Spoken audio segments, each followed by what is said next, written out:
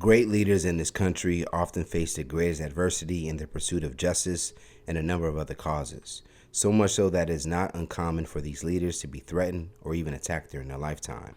Civil rights icon Martin Luther King Jr. will be subject to the latter when he was stabbed in 1958. While the attack wasn't as shocking, considering the hate King received at the time, death threats and bricks being thrown through his home, the attacker came to the surprise of many. Izola Curry was the woman responsible for the assault with intentions to kill the activist. It is common knowledge that it is reported that Martin Luther King Jr. was assassinated in 1968 by gun wound while staying at a hotel in Memphis, Tennessee. But Izola Curry nearly 10 years earlier almost reversed the course of history forever. Many have questioned if her mental instability had to do with the crime, raising many more questions and creating theories on the topic for years to come. Through the stress and ups and downs Izola faced throughout the civil rights movement, struggling with her own personal issues, she's a prominent figure nonetheless, and her life as a whole is a story you should know. Izola Curry was born on June 14, 1916 in Adrian, Georgia, to a family of sharecroppers. The town was small and located roughly 100 miles from Savannah. As one of 8 children, money was scarce, and this led to Curry leaving school in the 7th grade in order to help support her family. Now, being so young and with very little experience outside of sharecropping as well, Curry would often find work as a housekeeper in order to contribute to her family. This would come after a move to New York City that saw the former housekeeper finding more work in her respective field. It was when work became scarce for Curry that issues began, as her hallucinations about the NAACP and Martin Luther King Jr. specifically began. For years, Curry would struggle looking for work, even taking trips back to Georgia to regroup before trying her luck in New York again multiple times over the years. On the eventful day that she would decide to attack Martin Luther King Jr., it was clear that Curry was prepared for a disaster and sure about MLK's involvement in actions against the country. It is possible that Curry was influenced by the rhetoric of J. Edgar Hoover, the director of the FBI. Hoover was sure that King was a communist and believed the message King was spreading was toxic and dangerous to America. On September 20th, 1958, Martin Luther King Jr. had made a trip to Harlem, New York for his book signing for his book titled Stride Toward Freedom. The stop marked one of many during the tour to promote the book and took place at Bloomstein's department store. On the fateful day of the attack, Curry approached much like any other fan did that day, appearing as though she may have been getting an autograph. Now, according to the most accurate story from a collection of accounts, Curry asked King Jr. if he were indeed Martin Luther King Jr. Upon hearing yes, the 42-year-old would plunge a 7-inch letter opener into the chest of the activist, much to the horror of bystanders. Following the attack, police were quick to the scene, detaining Curry before beginning a series of questioning, uncovering just how deep her plan went.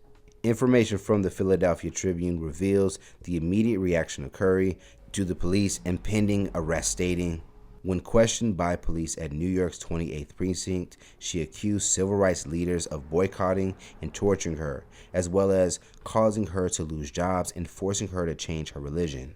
Curry also suggested that dangerous connections were being forged between the civil rights movement and the Communist Party. Medical records would prove that Curry's mental health issues were extensive, and it is more likely that her outbursts and thoughts that went against reality made it nearly impossible for her to maintain employment. The questioning made the police weary of her mental state, as she yelled and slurred her words at times. After being formally charged, Curry responded saying that she would be charging Martin Luther King Jr. with being a communist, and she was convinced that he was a spy that had been assisting the other side. Another theory that was making Curry suspicious was that King Jr. had tortured her and purposely keeping her from her able to keep a job. Now, Curry also had a pistol in her bra.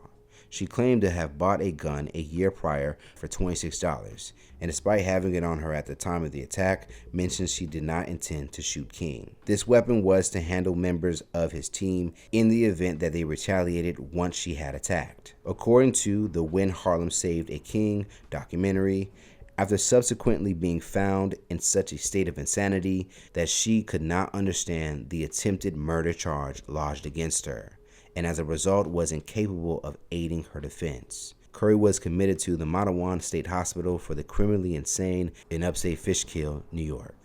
With the stature of Martin Luther King Jr. as a preacher from the South who had already been instrumental in actually helping black people on a national scale by the Montgomery bus boycott, the public was even more confused by the actions of Curry. After the commitment to the state hospital, the whereabouts of Curry would become relatively unknown as she essentially disappeared for the press for the next 40 years, as she would go to another mental health hospital before her eventual nursing home stay in Queens, New York. The official diagnosis from the psychiatrist was schizophrenia. For Curry, this was notable as the news covered the event widely beginning in November, just 2 months after the nearly history-changing assassination that King would famously reference just a day before his actual untimely assassination in 1968. The documentary highlights the reference from the "I've been to the mountaintop" speech, saying, several years ago, I was in New York City autographing the first book that I had written. And while sitting there autographing books, a demented black woman came up. King told the Mason Temple audience, before I knew it, I had been stabbed by this demented woman. I was rushed to the Harlem hospital. It was a dark Saturday afternoon. That blade had gone through, and x-rays revealed that the tip of the blade was on the edge of my aorta, the main artery. And once that's punctured, you drown in your own blood. That's the end of you. The crowd looked on in shock by the details, with some looking sad, remembering the fateful day when they heard of the news of King's stabbing. Now, despite the incident, Martin Luther King Jr. would sternly assert that he had no animosity or anger towards the woman, as he understood her mental state and was just happy to be alive, as a New York Times article published that day after his death would reveal that if he had sneezed, he would have died with a letter opener that had pierced his sternum. During the years from the incident, many attempted to retrieve the records of Curry to discover her whereabouts since the incident, but to no avail. It was eventually a voter registration in Queens, New York prior to the 2012 election that sparked the location of Curry for the press and others to gain more information on what she had been up to for all these years. After the initial commitment to Mattawan, Curry would spend only 14 years there before a leg injury saw her transferred to the nursing home. In her final years, the narrative surrounding Izola Curry changed greatly through those that were with her day to day in the nursing home. People remembered her often smiling and being willing to talk to nearly anyone.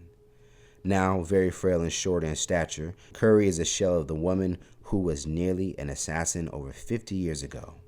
The New York Times had been a publication keeping track on her life once she was found in 2012, with an article revealing that the Smoking Gun wrote of having found Miss Curry, physically and mentally feeble, at the nursing home, Hillside Manor, in the Jamaica section of Queens.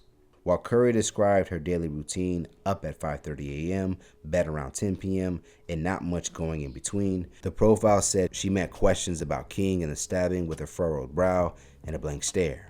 It could not be confirmed that Izola Curry did or did not understand the questioning, but it was clear that she was withering away and in the final years of her life of fighting mental health issues.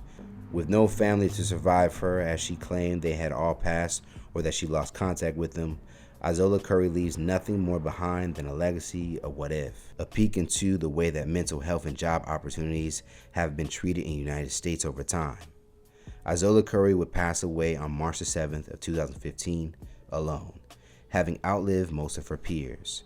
While the services of the nursing home helped greatly to keep her safe and under control for decades, one can never forget the story you should know surrounding her legendary assassination attempt against the great man, Martin Luther King Jr.